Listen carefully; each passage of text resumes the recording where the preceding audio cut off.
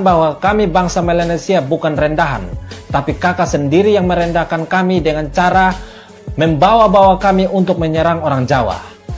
Beta sebagai bagian dari ras Melanesia, asal NTT, kulit hitam, rambut keriting, sangat malu dengan pernyataan kakak. Dan bukan hanya beta, tapi semua orang Melanesia yang ada di NTT, Maluku, Maluku Utara, Papua, dan Papua Barat juga malu dengan tipu-tipu dari kakak Natalis Pigai. Andaikan negara ini punya kartu keluarga khusus untuk ras Melanesia, maka beta dengan tidak ragu-ragunya akan usul agar nama kakak Natalis Pigai dicoret dari bangsa Melanesia. Karena kami ras Melanesia tahu akan sopan santun. Kakak sekolah tinggi di Tanah Jawa supaya mau tipu-tipu kami, kakak Natalis salah besar.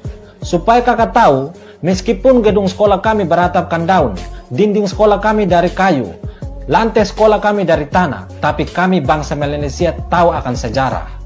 Kami tahu presiden mana yang telah membuat bangsa Melanesia menderita selama berpuluh-puluh tahun. Kami tahu presiden mana yang telah membunuh rakyat kami, dan kami tahu presiden mana yang sudah merampas kekayaan kami. Jadi stop tipu-tipu kami. Kakak mengatakan bahwa Presiden Jokowi dan Pak Ganjar Pranowo telah merampok kekayaan kita. Sadar atau tidak sadar, kata merampok itu lebih cocok ditujukan pada kakak Natalis Pigai.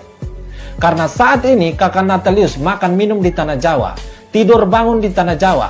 Kakak sudah dimanjakan yang enak-enak oleh orang Jawa, tapi sempat-sempatnya kakak menyerang orang Jawa. Apakah itu bukan perampok? Kakak juga mengatakan bahwa Presiden Jokowi dan Pak Ganjar Pranowo serta orang Jawa Tengah menginjak harga diri bangsa Papua dengan cara mengeluarkan kata rasis seperti monyet dan sampah. Beta tanya pada kakak Natalis Pigai, tahun berapa, bulan berapa, dan tanggal berapa rasis seperti itu terjadi di Jawa Tengah? Tolong jawab beta.